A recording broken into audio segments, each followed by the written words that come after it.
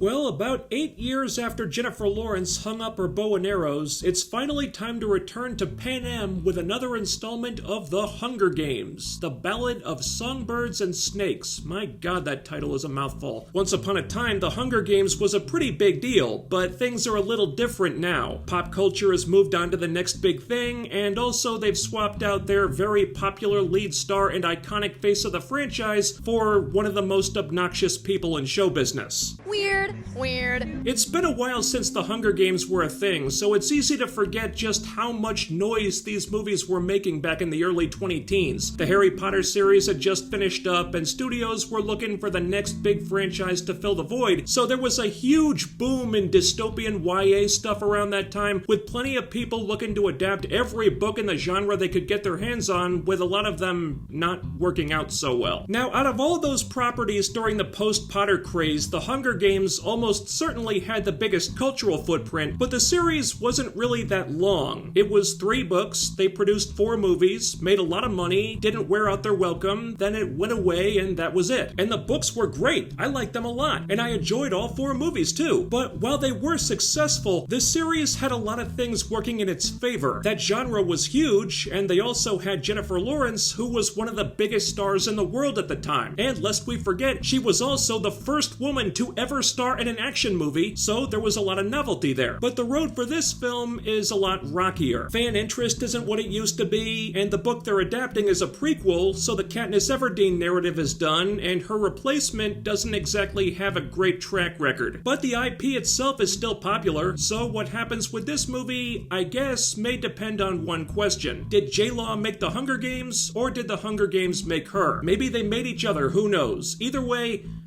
I don't think either one is better off now. This is a tricky one, because overall, I do like the movie. I think it's a good story and a good film, but I also think it has too many things working against it. First, it's a big departure from the other movies. The OG series was more action-oriented than this is. Yeah, there was a lot of other stuff too, but action was a part of it because it was still a story about a war. But Songbirds and Snakes isn't really an action story. It's a character study, which I guess you'd know if you read the book, which I haven't, but casual fans may be a little blindsided by this because it is a very different type of story. This one is more of a drama, and because it's telling the origin of the villain of the franchise, it's a very dark drama. It's slow-paced, dour, and depressing at times, and you know going in that it's the story of how a good man turns into an evil bastard, so before you even sit down, you know that none of this is going to have a happy ending, and that might not be for everybody. Also, it's a totally new cast, and there's no guarantee that would work out, especially when one of them is Rachel Zegler, but the news here was surprisingly pretty good. For one thing, Rachel Zegler is actually not the lead of this film. The studio just advertised her that way. For some reason. It's a bold strategy, Cotton. Let's see if it pays off for him. No, the lead is actually Tom Blythe. Blythe? I don't know. Who plays President Snow as a young man. I'd never heard of this guy, never seen him in anything, but he was honestly really good. It's not an easy character to portray because we're meant to root for this guy in the beginning and then grow to hate him later, but he captures that naive idealism that Snow has early on, which gives way to bitter cynicism and ruthlessness. It's an arc that takes a lot of range, and he pulls it off. And the director did something pretty brave here by allowing the actor to sell as much of it as he did without any fancy schmancy stuff. There are a couple of times when he has to go through multiple different, very intense emotions as Snow is working stuff out. Fear, giving way to sadness, giving way to despair, giving way to anger, one after another, and they just parked the camera, got in real close, didn't cut away, and had the actor sell it, and he sells it great. I thought this guy did a terrific job. I also quite like the sister, Tigress. Her role wasn't huge, but she made a good impression while she was there. I wanted to see more of that character. The actress had a really nice presence about her. And so no one can say I'm not being fair. I've gotta give Rachel Zegler her kudos too. I have not been a fan of hers. Aside from how annoying she is in real life, I just haven't enjoyed her work. She got a lot of buzz for West Side Story. I don't know why. I didn't see what the big deal was. Of course, I didn't like that movie anyway. Then came Fury of the Gods. I thought she was horrendously miscast in that film. Then all the Snow White shit happened, and you know the rest. She's pretty much the last person I want to see in anything right now. But, surprisingly, this movie was the first time I've watched her and thought, oh wait, she's actually an actor. I'm not sure why. Maybe this role was just more in her wheelhouse, but believe it or not, Rachel Zegler is good in this movie. I know, right? She is still kind of annoying, and they gave her some weird fake southern accent for some reason. That was a little cringe, but she's dialed back a lot, and that helps. And it turns out that when she's not saying incredibly stupid things, when she's not acting like an entitled brat, when she's just there to work, she's not bad. She can turn on the charm when she wants to. Also, she has a very nice singing voice. She has to sing several times in this movie, and it was actually pretty good. She can carry a tune. Granted, that spell may have worn off if they'd focused on her more than they did, but thankfully that doesn't happen. Snow is the lead. Now, the dynamic between them is central to this, and there's a bit of a love story that, to be honest, is kind of forced and not really necessary in my opinion. That was probably the weakest thing in the film, but for the most part, you do buy that there's a connection between these two, and that's the important thing. Where the movie runs into problems, though, is the story and the way it's structured. The original films didn't waste that much time in getting to the actual Hunger Games, and once they did, they'd spend most of the movie there. So there were a lot of thrills, there was action, suspense, it built up to a big climax at the end, and it worked.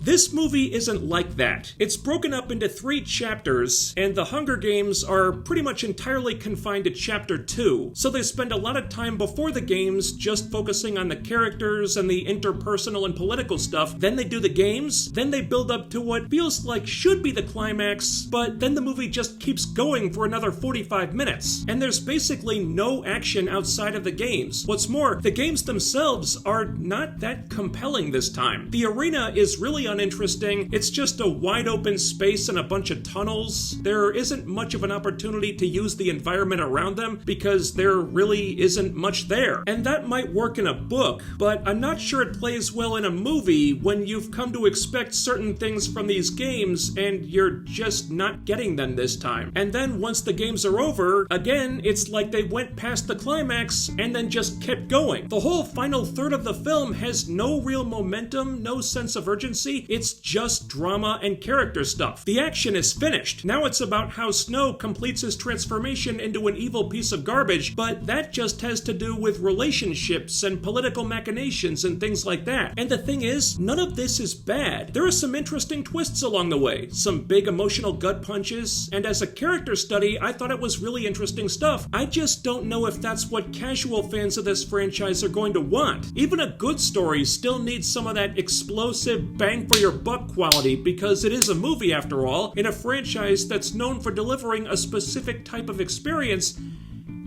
And that's kind of what was missing in all this. There's no big exciting set piece at the end, or in the games for that matter, to get the adrenaline pumping and send people home all jazzed up. It's just 2 people in the woods talking, there's some more political machinations, and then it just ends very quietly and ominously. And that may well have made for a riveting book, I don't know. But when you're making a popcorn movie where you need to put your business hat on and remember that the audience also wants other stuff from their entertainment and has come to expect A, B, and C from this franchise, this might be one of those stories that just doesn't translate well. And I'm saying that having enjoyed this story. I thought it was a compelling narrative, I liked the arc that Snow goes through, I was sucked in by the acting showcase, but I'm weird like that. And I wouldn't be surprised if the more casual fans were bored by this. The Ballad of Songbirds and Snakes is tough to define. I personally like the movie. I appreciate a lot of what they did, and I think it works as an origin story for President Snow if a character character deconstruction is how you wanted to get there, but I'm probably in the minority on that. I don't think this is a story that necessarily needed to be told on film, and I don't think it's gonna perform very well. I wouldn't even really blame fans for bailing on the movie, because it is a departure from what this franchise previously delivered. I think it accomplishes what it wanted to do, but that and what the audience wanted from a Hunger Games movie might be two different things. So while there is a good story here in my opinion, I suspect it's a story that just plays better in a book than it does on screen. Weird.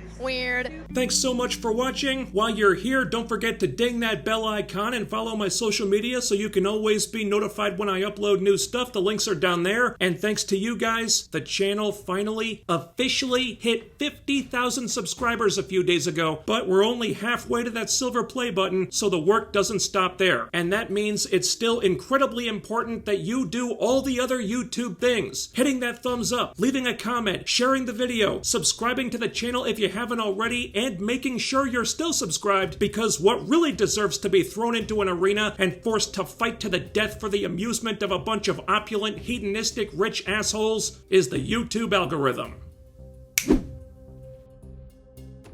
That's all for now, but I'll be back with more soon, so take care, stay tuned. The Unlimited are now 50,000 strong, and big thanks to every single one of you for making it happen. I'll see you next time.